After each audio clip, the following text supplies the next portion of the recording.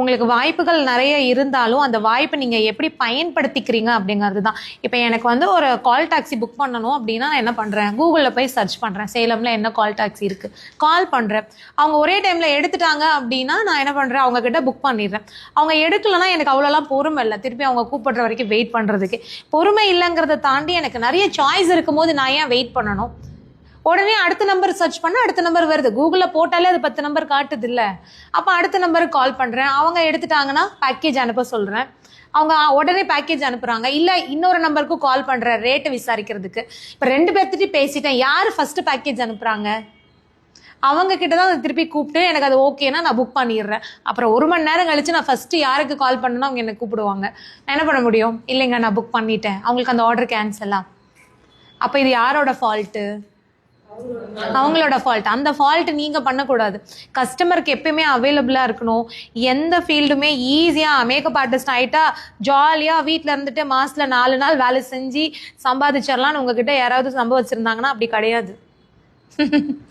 எல்லா ஃபீல்டுமே ரொம்ப கஷ்டம், எதுவுமே ஈஸி கிடையாது. காம்படிஷன் இருக்குங்கிறத தாண்டி முதல்ல கிளைண்ட் உங்களை சூஸ் பண்ணணும்னாலே நீங்கள் எனி டைம் நீங்கள் அவைலபிளாக இருக்கணும், அவங்களுக்கு அப்டேட் ஆகிருக்கணும். அதுக்கெல்லாம் நீங்கள் எப்படி நிறைய நேரம் ஸ்பெண்ட் பண்ணணும். வெறும் வந்து மேக்கப் ஆர்டிஸ்ட்னா முகூர்த்த டைமில் போய் வேலை செய்கிறது மட்டும் இல்லை, நீங்கள் நிறைய ப்ராக்டிஸ் பண்ணணும், அப்டேட் ஆகணும், உங்களோட சோஷியல் மீடியாவை ரெடி பண்ணணும், உங்களோட ப்ரொஃபைலுக்கு வந்து நீங்கள் நிறைய போஸ்ட் எடுத்து ஒரு கிளைண்ட்டுக்கு காட்டுறதுக்கு ஒரு ப்ரொஃபைல் ரெடி பண்ணணும்ல. இதெல்லாம் சேர்ந்து தான் ஒரு மேக்கப் ஆர்டிஸ்ட் அப்படிங்கிறது. நம்ம மேக்கப் கோர்ஸ் முடிச்சுட்டு ப்ராடக்ட்டை மட்டும் 1 லட்ச ரூபா போட்டு வாங்கி வச்சுட்டு உட்காந்துட்டு கிளைண்ட் வருவாங்கன்னா எப்படி வருவாங்க?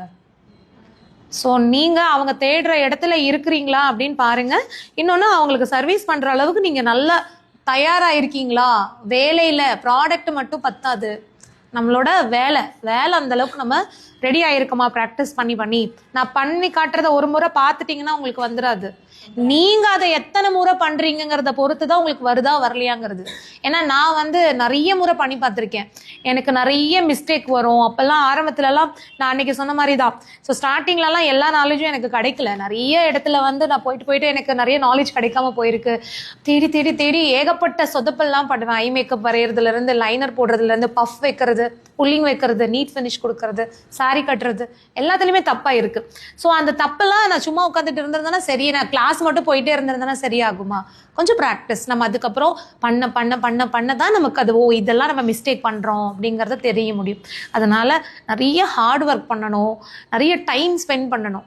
ஏதோ ஒரு விதத்தில் அந்த பிஸ்னஸை டெவலப் பண்ணுறதுக்கு நீங்கள் வந்து உங்களோட டைமை ஸ்பெண்ட் பண்ணணும். இல்லாட்டி பிஸ்னஸில் டெவலப் ஆக முடியாது. பிஸ்னஸ்